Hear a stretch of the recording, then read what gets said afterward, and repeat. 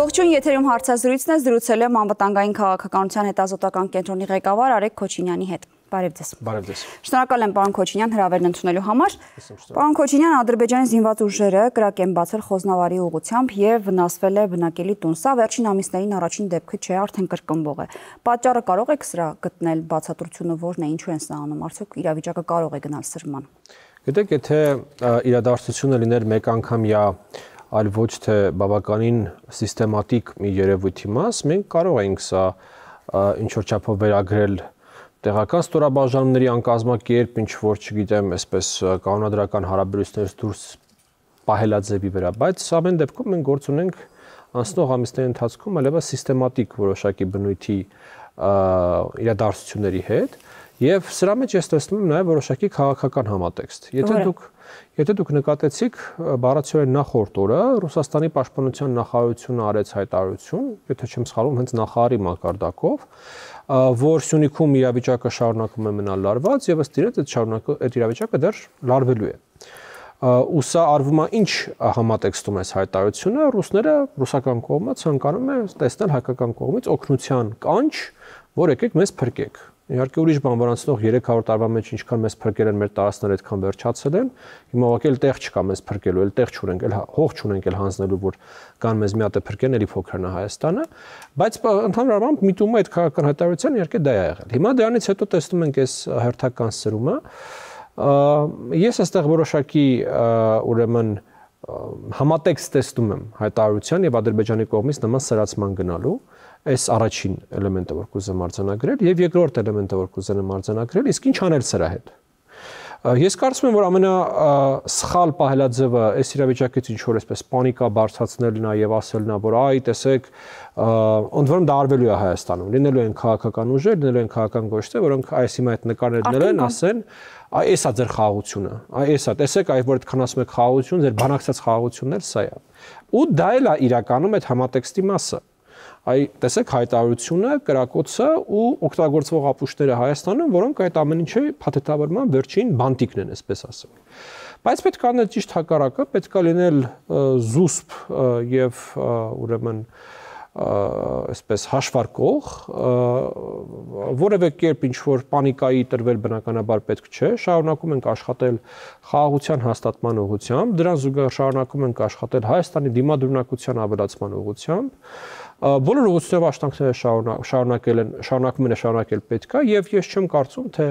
նման սրացումները ճանապարհ են հարթում դեպի մեծ էսկալացիայի հավանականությունը ես անձամբ շարունակում եմ գնահատել բավականին ցածր։ Հիմա եթե մենք Ռուսաստանի պաշտպանության նախարարի հայտարարությունը վերցնենք, որ Սյունիքում շարունակում է մնալ լարվածություն, այն դեպքում երբ փաստացի հողի վրա այդ լարվածությունը որպես այդպեսին չկար, դա Ադրբեջանի համար էր մեսիջ եւ Ադրբեջանն այդ հայտարարությունից է օգտվել թեկուզ անուղղակի, թե ես սխալ հասկացա ձեր միտքը։ Այն որ Ռուսաստանը ուզում է լարվածություն, դա հստակ է։ Այսինքն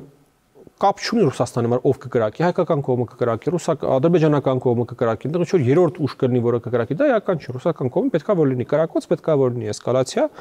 որովհետև կոնֆլիկտի հանգուցալուծումը չի ելնում Ռուսաստանի տարածաշրջանային շահերից։ Ռուսաստանի համար կա երկու տարբերակ է տարածաշրջանի ապագայի, դա կամ կոնֆլիկտով ապագան է տարածաշրջանի, կամ Ռուսաստանի ներսում ապագան է։ Այ միակ տարբերակը, որում Ռուսաստանի շահերից կլինի կոնֆլիկտի հանգուցալուծումը, դա այն տարբերակն է, որ ամբողջ տարածաշրջանը ուղղակի Ռուսաստանի ինչ-որ մի մասն է։ Ինչպես եղել է խորհրդային կայսրության տարիներին, հա։ Ադրբեջանի համար ցանկացած պարագայում փորձել որոշակի ուժային գերակայության հասնել, ցանկացած պարագայում փորձել Հայաստանին պահել այսպես, գիտեք, պարտադրվածի, ճնշվածի, վախեցածի կարգավիճակում իրենք էլ դա օգտագործել են ցանկացած հնարավորության դեպքում։ Եվ այն պահերին, երբ որ Ռուսաստանի շահն ու Ադրբեջանի շահը համընկնում է, Ադրբեջանը փորձել է դա օգտագործել։ Այնպես չի, որ Ադրբեջանը ստիպված է դա անում։ Ադրբեջանը շատ ավելի դիմադրունակ երկիր է, քան Հայաստանը, եւ Ադրբեջանը շատ ավելի անկախ երկիր է, քան Հայաստանը, եկեք իրենց անուններով կոչենք, հա։ Այնպես որ այն դեպքերը, որ Ադրբեջանը գրում է նման էսկալացիաների, ինքը գրում է նման էսկալացիաների, որ կա շահերի համընկնում Ռուսաստանի հետ։ Իսկ տվյալ դեպքում ինչպես նշեցի, Ռուսաստանին պետք է որ լինի կոնֆլիկտը, Ադրբեջանն էլ այս պայմանությամբ իր համար պերմանենտ ունի նպատակ անընդհատ ճնշված պահել Հայաստանը։ Միացյալ Նահանգների պետքարտուղարն էլ էր հայտարարում, մինչև այս ամբողջը կրակոցները, մինչև Ռուսաստանի ՊՆ-ի հայտարարությունը հայտարարեց պետքարտուղարը, որ հայ-ադրբեջանական հակամարտության լուրջ վտանգ կա եւ իրենք ներգրավված են ռազմական բախումը կանխելու մեջ։ Սա ինչի մասին է խոսում։ Սա զգուշացում է։ մինչև խաղաղության պայմանագրի ստորագրումը բնական է, որ կա էսկալացիայի վտանգ, ավելի նույնիսկ խաղաղության առհասարակ չէր ասվում, չէ, կարծես թե ներկա պահի դրությամբ էր իրավիճակի գնահատում արվում։ Մինչև խաղաղության պայմանագրի ստորագրումը, տեսեք, այս պայմանությամբ այն իրավիճակը, որով մենք գտնվում ենք, չի կարելի անվանել խաղաղություն։ Դա Ադրբեջանն է այս իրավիճակը անվանում փաստացի խաղաղություն։ Ես այս իրավիճակը անվանում եմ ոչ խաղաղություն, ոչ պատերազմ։ Ոչ խաղաղություն, ոչ պատերազմ իրավիճակը ունի շատ այսպես հեշտ էսկալացիայի հնարավորություն եւ ունի դեպի խաղաղություն աճելու հնարավորություն։ Հիմա այս պայմանությամբ ես ինչքանով որ հասկանում եմ, Միացյալ Նահանգների նոր ադմինիստրացիան իր արչեւ հստակ դրել է նպատակ, եթե կուզեք մինիմալ նպատակ, թույլ չտալ էսկալացիա։ Դեռ հստակ չի էստիս իրենք իրենց արչեւ դրել են նպատակ եւ արդյոք պատրաստ են այդ նպատակին սպասարկելու համար բավականաչափ քաղաքական էներգիա ծախսել խաղաղության հասնելու համար։ Այս երկուսը տարբեր բաներ են, հա, թույլ չտալ էսկալացիա եւ հասնել դեպի խաղաղություն։ Այս առաջին իստը բավականին հստակ է, որ Միացյալ Նահանգների նոր ադմինիստրացիան իր արչեւ դրել է որպես նպատակ եւ այդ համատեքստում եմ ես տեսնում պետք քարտուղարի հայտարարությունը, ոչ թե դա ինչ որ նախազգուշացում է, որ պատերազմ է լինելու եւ այլն, այլ դա արձանագրումն է այն փաստի, որ Միացյալ Նահանգները իր արչեւ դրել է նպատակ թույլ չտալու Հարավային Կովկասում էսկալացիա հայ-ադրբեջանական խոշոր հակամարտություն։ Բոլոր կողմերը, պարոն Քոչինյան, խոսում են հայ-ադրբեջանական խաղաղության պայմանագրի ստորագրմանը նպաստելու պատրաստակամության մասին, բայց կողմերը բոլորը էլի մեկը արձանագրում է լարվածության աճ, մեկը խոսում է այն մասին, որ կարող է հակամարտության բռնկման ռիսկ լինել եւ այլն։ Որը կարող է այդ բռնկման ռիսկի աղբյուրը հանդիսանալ։ Արդյոք դա կարող է լինել օրինակ ճանապարհների հարցը, նույն Սյունիքի համատեքստում։ Մինչև երկրորդ մասին անդրադառնալ, եկեք առաջի մասի վերաբերյալ մի քանի բան ավելացնենք։ Տեսեք, բոլորը խոսում են այդ խաղաղության պայմանագրի նպաստելու ցանկության մասին։ Եվ ընդհանրապես ցանկությունները լավ բան են։ Ցանկություններից ծնվում են շատ այլ գործողություններ, բայց ես կարծում եմ, որ այս պայմանությամբ ամենամեծ խնդիրը հենց նրանում է, որ այ կողմերը եւ եկեք իմաստնավորի խոսենք, հա, Միացյալ Նահանգները, Եվրոպական միությունը, որտեղ Ռուսաստանը ուղղակի չունի այդ ցանկությունը խաղաղության, դրա մասին քիչ առաջ խոսեցի։ Այդ ցանկությունը Դե գոնե հայտարարությունների մակարդակով դե բաղ չեն հայտարարում, մենք Հարավային Կովկասում ուզում ենք տեսնել պատերազմ։ Դե մի տենց հայտարարություն չեն անում, էլի մարդիկ։ Հիմա Միացյալ Նահանգները եւ Եվրոպական միությունը շատ կարեւոր է, որ այդ ցանկություններից անդին պատրաստ են քաղաքական էներգիա եւ ռեսուրսներ ծախսել այդ խաղաղության պայմանագրի ստորագրման ուղղությամբ։ Դա կարող լինի ֆինանսական ռեսուրսներ, դա կարող լինի տեխնիկական ներգրավվածություն, դա կարող լինի, հասկանում եք, ժամանակը վաղուց հասունացել է, որ այս տարածաշրջանը ուշադրության արժանանա ոչ միայն հայտարարությունների մակարդակով։ Ու այս փուլում դա աները շատ ավելի հեշտ է, քան եթե Աստված մի առաստ լինի որևէ էսկալացիա, այդ էսկալացիան նորից բերել վերահսկելիության դաշտ։ Միշտ ցանկացած պարագայում կանխարգելել էսկալացիանը շատ ավելի քիչ քաղաքական էներգիա պահանջում, քան այդ էսկալացիայի հետևանքները վերացնել։ Հիմա ինչ վերաբերվում է ռիսկի աղբյուրը կարող են ճանապարհներ լինել։ Ռիսկի աղբյուրը որը կարող է լինել, տեսեք, Ադրբեջանը մի քանի անգամ արդեն հայտարարել են, որում առաջի դեմքի մակարդակով է հայտարարել, որ ինքը չունի նպատակ էսկալացիայի գնալու, ինքը չունի նպատակ պատերազմի գնալու։ Հիմա իհարկե ինձ բնականաբար կարող են հակադարձել, ինչ Ադրբեջանի ասացին է հավատում, չէ, դրան չեմ հավատում, ուրիշ բան եմ ուզում ասել։ Որն է, ով ինձ կարա բացատրի, որն է լոգիկան մի կողմից հայտարարելու, որ այլևս չկա ուրեմն որևէ հարց պատերազմով լուծելու մտադրություն, բայց դրան զուգահեռ գնալ եւ պատերազմի բանով հակամարտությամբ լուծել կոմունիկացիաների բացազատման խնդիր։ Այս մեկ։ Երկրորդ, ադրբեջանական կողմը պարբերաբար հայտարարում, որ իրենց համար այդքան էլ կարևոր չի այլևս այդ ճանապարհը, որ իրանք համաձայնեցրել են Իրանի հետ եւ այդ Արազի միջանցք կամ Արաքսի միջանցք ճանապարհը իրանք ուրեմն պայմանավորվել են եւ եթե Հայաստանով չկարողանան իրենց ուզածը ստանալ, կստանան Իրանով ճանապարհ։ Այսինքն այդտեղ էլ մյուս կողմից էլ Ադրբեջանը խոսում է նրա մասին, որ այդ ճանապարհը չունի էլ այն նշանակությունը, որը որ հենց ինքն էր ասում, որ ունի 20, 21, 22 թվականներին։ Բայց դա նշանակում է, որ այսպես կոչված Զանգեզուրի միջանցքից հրաժարվել է Ադրբեջանը։ Չէ, ես նման բան չասացի։ Ես այս երկուսը ձեզ ներկայացրեցի, որոնք երկուսն էլ նվազեցնում են Զանգեզուրի միջանցքը որպես մեծ հակամարտության, այսպես պատճառ հանդիսանալու հավանականությունը, բայց դա չի նշանակում, որ Ադրբեջանը այսպես կոչված ճակերտավոր Զանգեզուրի միջանցքը, իսկ այս առաջարկում մենք ավելի տեղին տերմին օգտագործենք, Մեղրիով անցնող ճանապարհից հրաժարվել է։ Ոչ,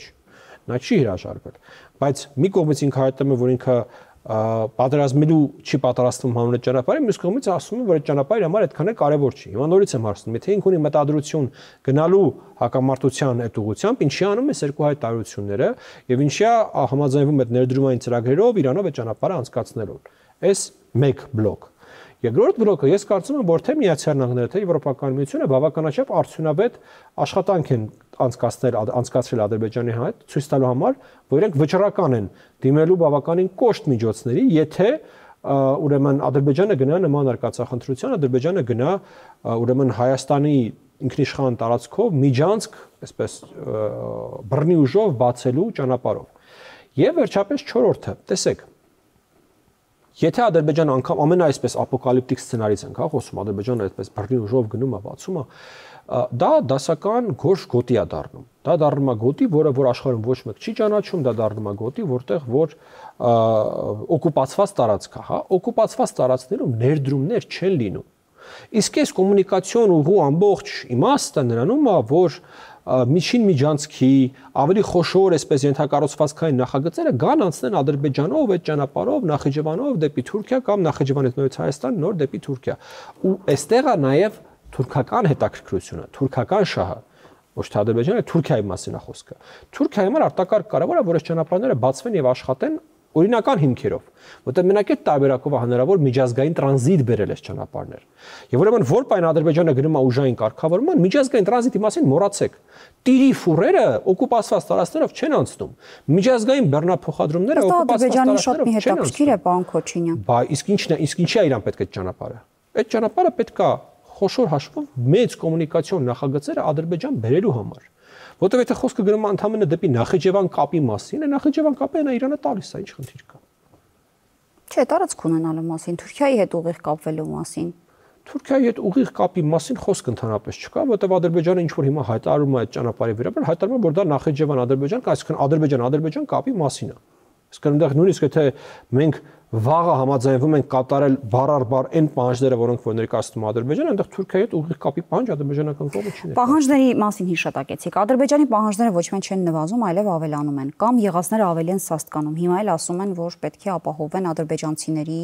մուտքը դեպի Հայաստան։ Դրան գումարած գիտեք, որ ԵԱՀԿ Մինսկի խմբի լուծարման հարցը կար, սահմանադրության փոփոխության հարցը կար։ Սահմանադրության մասով Երևանյան երկխոսության այդ համաժողովի ժամանակ վարչապետը երբ խոսում էր խաղաղության առհասարակ մեր օրակարգի մասին, նշում էր, որ եթե այդ համաձայնագիրը ի վերջո կնքվի, սահմանադրական դատարանը դա հակասահմանադրական ճանաչի, ապա վարչապետն ինքը կնախաձեռնի սահմանադրական փոփոխություններ։ Եթե նման դիցուկ, նման սցենար ամեն դեպքում տեղի ունենա,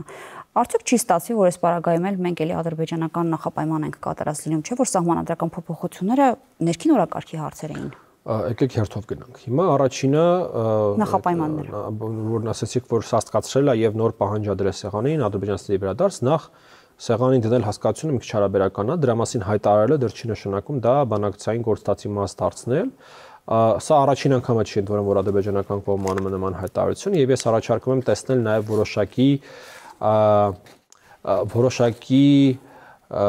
ընդհանրություն Հայաստանից եղող հայտարարությունների եւ դրանցի պատասխան Ադրբեջանից եղող հայտարարությունների, որոնք վերաբերում են այսպես ճակերտավոր, այսպես կոչված Արևմտյան Ադրբեջանի համայնքին։ Ամեն անգամ, երբ որ Հայաստանում լինում է Լեռնային Ղարաբաղից բռնի տեղահանված հայերի կարգավիճակի, յետ վերադարձի, իրենց նախկինում գոյություն ունեցած կառավարման մարմինների վերարտադրության որոշակի խոսակցություն, ժամերի ընթացքում դրանի պատասխան լինում են նմանատիպ խոսակցություններ։ Բայց անդիմադիր դաշտից է հնչում, չէ՞, դա իշխանական որևէ շրջանակից չի հնչում։ Չկա անդիմադիր դաշտ, իրաց մոտ էլ մենակ այդ է, իրանք էլ տենց են կարող արձագանքել։ Հիմա իրաց մոտ ամեն ինչը տապորավարի է, հիմա տենց երկիր է, հիմա ես ձեր համար ուրիշ Ադրբեջան չունեմ։ Բայց ես առաջարկում եմ մենք նաև այդ հարթությունը տեսնենք ու նաև ֆիքսենք, որ հայտարարությունները եւ բանակցային գործընթացը տարբեր բաներ են։ Սա մեկ։ Ինչ վերաբերում է բուն բանակցային գործընթացին, այո, այդտեղ կա այս պայմանությամբ դրված երկու նախապայման ադրբեջանական կողմից, մեկը վերաբերում է ԵԱՀԿ Մինսկի խմբի համանախագահության եւ ընդհանրապես ԵԱՀԿ Մինսկի խմբի ինստիտուտների լուծարմանը, դրա վերաբերյալ Հայաստանի վարչապետի հայտարարությունը, այդ թվում նաև Երևանյան երկխոսության համաժողովին, բավականին հստակ էր։ Հայկական կողմը առաջարկում է երկու գործընթաց անել միաժամանակ, այսինքն ստորագրել մի կողմից պրոտոկոլ, ինչ որ մեծ արձանագրություն, որով մեկնարկում է լուծարման գործընթացը ինստիտուտների եւ մյուսը խաղաղության համաձայնագիրը։ Սրան ըստ էության մենք դեռևս պատասխան չենք լսել ադրբեջանական կողմից։ Մյուսը ինչ վերաբերում է ձեր նկարագրած իրավիճակին, երբ վարչապետը ասում էր, որ կանենք սա, հետո սա, այ հետո եթե Սահմանադրական դատարանը որոշում կայացնի, որ չի համապատասխանում, դե գիտեք, եթե իսկապես Հայաստանի Սահմանադրական դատարանը որոշում կայացնի, որ Ադրբեջանի հետ խաղաղության համաձայնագիրը չի համապատասխանում Հայաստանի Սահմանադրությանը, ուրեմն իսկապես մենք այդտեղ պետք է մտածենք սահմանադրական փոփոխությունների մասին։ Բայց չէ՞ որ այդ օրակարգը մեր ներքին օրակարգն է։ Այդ ներքին օրակարգը որոշելու է ի վերջո Հայաստանի ժողովուրդը։ Հիմա եթե Հայաստանի ժողովուրդը որոշի, որ չէ, մենք ուզում ենք գնանք պատերազմի Ադրբեջանի հետ, ուրեմն այդպես էլ պետք է անենք։ Ի վերջո Հայաստանի իշխանությունը պատկանում է ժողովրդին։ Բայց այդ ներքին օրակարգ, արտաքին օրակարգ եւ այլն, ի վերջո եթե այդ սահմանադրության կետը վերաբերվում է խաղաղության համաձայնագրին եւ այդ խաղաղության համաձայնագրի անհնարինությանը, այդտեղ առաջանում է քաղաքական հարց։ Հիմա մենք կարանք մեր գլուխը թաղենք հողի մեջ, ասենք, գիտեք ինչ, սա մեր ներքին օրակարգն է, մենք ոչ մեկի հետ այդտեղ չենք ուզում խոսանք։ Բայց այդ քաղաքական հարցը դրանից չի դադարում գոյություն ունենալ։ Մինչև այս պահը ոնց է լուծումը տեսնվել։ Հա մենք ասել ենք կան ինստիտուտներ, կան ընթացակարգեր, որոնցով որ մենք տեսնում ենք, որ այս հարցը հնարավոր է լուծել եւ առաջարկել ենք այդ հարցը լուծել։ Բայց հիմա եթե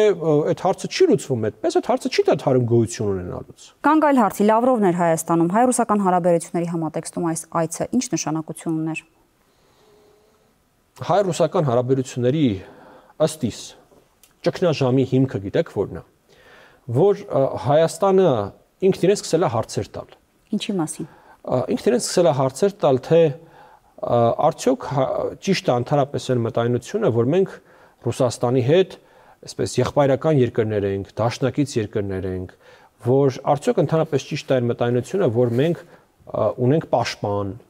արդյոք ճիշտ է այն մտայնությունը, որ մեզ Թուրքիայից ու Ադրբեջանից պաշտպանող կա։ Մենք մեզ սկսել ենք այս հարցերը տալ, ու ես նաև մեծագույն առումով տեսնում եմ, որ մենք մեզ սկսել ենք այս հարցերին պատասխաններ տալ։ Եվ հիմա Ռուսաստանն էլ այսպես ոտու ձեռ անկի ասում է, չէ, ինչ եք խոսում, իհարկե ես ձեր դաշնակիցն եմ, իհարկե ես ձեր պաշտպանն եմ ու դավաճանը հակառակը մտածողը։ Բայց կարաս ասես դավաճան, կարաս ասես իհարկե, բայց մարտի 21 ու 22 թվականները չեն մոռանում ոչ մի կերպ։ Երբ որ բուն Հայաստանի տարածքի վրա տեղի ունենում հարձակումներ, ու մեր նորագույն պատմության ամենամութ ժամն էր ըստ էության, ամենավատ ժամն էր, ու մեր դաշնակիցը մեզ դավաճանեց։ Հասկանում եք, Արցախի վերաբերյալ կարակ ասեք հազար բան, կարակ ասեք ռուսական երաշխիքները չէին տարածվում Արցախի վրա, ռուսները մեզ տեղյակ էին պահել, որ դրանք չեն տարածվում Արցախի վրա, բայց ջերմուկը Արցախում չի։ Վարդենիսը Արցախում չի։ Իսկ այդ քաղաքները հրետանակոծվել են։ Ջերմուկը մոտ էր պաշարման վիճակին, երբ որ մենք դիմում ենք եւ ՀԱՊԿ-ին, եւ դիմում ենք երկկողմով Ռուսաստանին ու պատասխան ստանում ենք, մենք չգիտենք ձեր սահմանը որտեղ է։ Հասկանում եք։ Սա դավաճանություն է։ Հիմա հայկական կողմը եթե տալիս է այդ հարցերը ու ունի այդ հարցերի պատասխանը, քայլերը ըստ ձեզ ո՞նց են։ Ինչպես եք գնահատում։ Այսա մի վարքան կներեք, էլի կտակ ես այդ հարցը։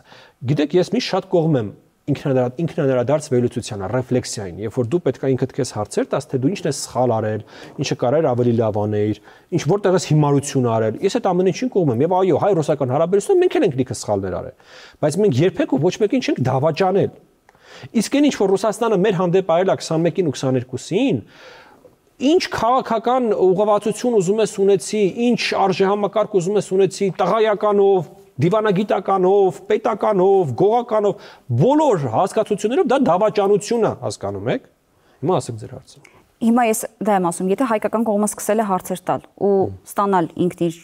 տված հարցերի պատասխանները, քայլերը ո՞նց եք գնահատում։ Նաև ես հիշեցնեմ, որ մեր արտաքին գործերի նախարարը Լավրովի հետ ասուլիսի ժամանակ ասում էր, որ մենք վերաֆորմատավորելու անհրաժեշտություն հայ-ռուսական հարաբերությունների չենք տեսնում։ Կային կարծիքներ, որ հենց Լավրովի այցը արդեն իսկ նշանակում է, որ հայ-ռուսական հարաբերություններում հարաբերությունների այսպես մեղմացում է դիտարկվում։ Այն որ հիմա Ռուսաստանը սկսել է օգտագործել բոլորովին ուրիշ գործիքակազմ, դա տեսանելի է անձեն աչքով։ Եթե նախկինում հիմնական այդ խոսույթներ Աքուդավիդզենից էս, իսկ ուր պետք է գնաք, հիմա այդ խոսույթը փոխարինվել է շատ ավելի մեղմ, շատ ավելի այսպես նվերներ եւ լավ բաներ մեզ խոստացող խոսույթով, որը նույնպես ռազմավարություն է, մարտավարություն է, որը Ռուսաստանը օգտագործում է։ Հիմա մեր եզրակացությունը այս ամեն ինչից որը պետք է լինի։ Ես կարծում եմ, որ այն հարցերը, որոնք որ մենք որպես հասարակություն մենք մեր առջև բարձրացնում ենք եւ պատասխանում ենք, դա հենց այն ճիշտ ուղղությունն է, որը որ պետք է շարունակել գնալ։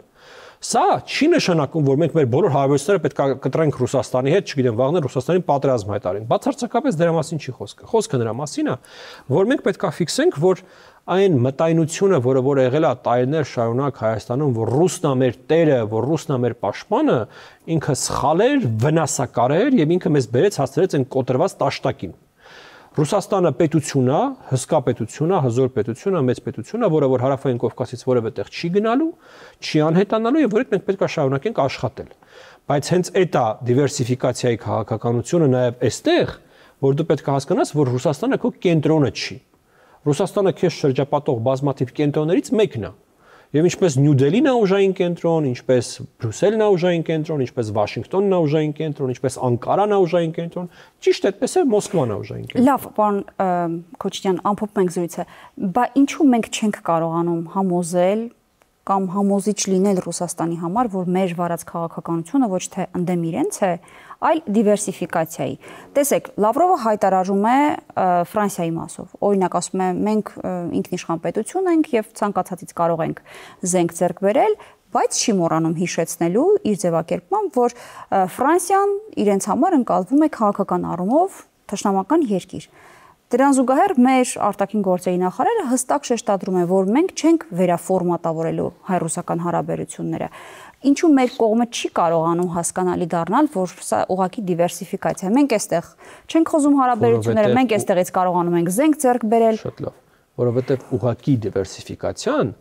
հենց Ռուսաստանի շահերին դեմ է, իրենց ընկալմամբ։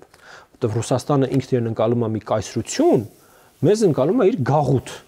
Գաղութը, երբ որ սկսում է դիվերսիֆիկացիա անցկացնել, երբ որ սկսում է անկախության գործընթաց, այդ գաղութին ի՞նչ է պետք անել, պետք է պատժել, պետք է սաստել, հասկանում եք, այստեղ է, որ այս կատեգորիաների մեջ է խնդրեմը, որ երբ որ մենք խոսում ենք դիվերսիֆիկացիայից, որը այսպես առաջին հայացքից շատ անմեղ քաղաքական օրակարգ է, որևէ մեկի դեմ ուղղված չի, Ռուսաստանը հենց այդ դիվերսիֆիկացիա բառը լսում է, աչքերը սենց կարմրում են, լոզերը սկսում են գնալ այդ ներվայնությունից, հասկանում եք, որովհետև դա հենց իր ընկալմամբ հենց իր դեմ քաղաքականությունն է, որովհետև դու ի՞նչն ես դիվերսիֆիկացնում։ Դու դիվերսիֆիկացնում ես քո կախվածությունը նախկին մետրոպոլիայից։